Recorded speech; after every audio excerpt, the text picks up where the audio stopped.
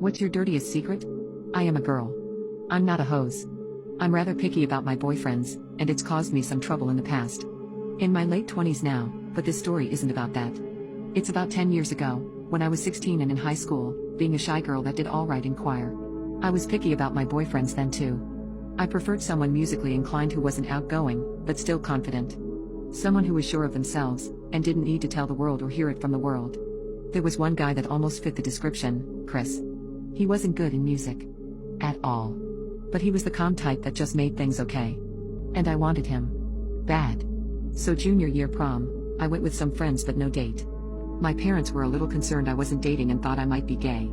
I assured them that this wasn't the case, that I was flying solo that night so I could keep my options open and dance freely. Maybe I'd meet a great boy for my senior year. I really had no intentions at all of this. I wanted Chris, I wanted him inside of me bad. Not so conveniently we were in the same group of friends that went together to dinner. Cheesecake Factory. I had a plan. Some people debated appetizers, Chris was one of them. I encouraged him for it, said I'd split one with him. Another friend offered to help lessen the load and Chris did admit he hadn't had lunch. So we order an appetizer and he tears into it. I mean, this guy was devouring the food like it was the last goddamned meal on earth. It was really impressive. And then the main course was ordered. I kept myself to a small meaty dish, can't remember what exactly. Pretty sure it had an 8 ounces steak to it.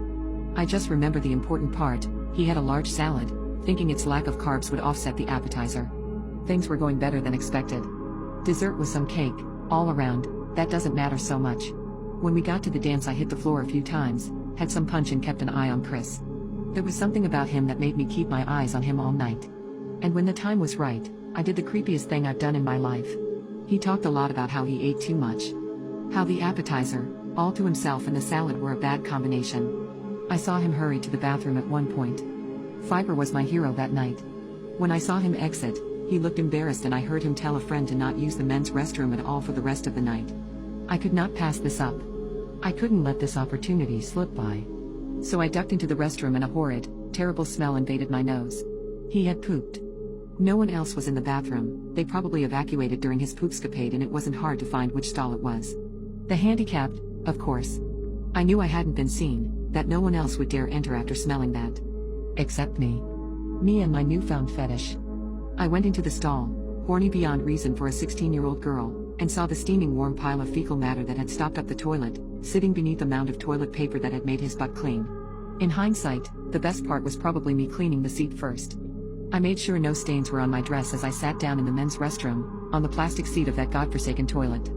No, not even the toilet paper touched my dress.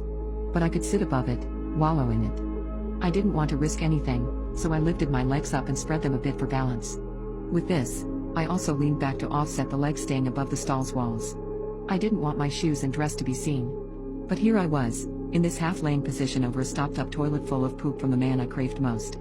I inhaled deeply and went to town on my nether regions, not even bothering to remove underwear.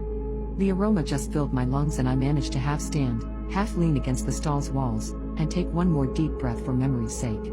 I can still smell it. The rest of the night was uneventful. I kept thinking about it, touching myself a little. Got off on it again later that night when I got home. Never got with Chris.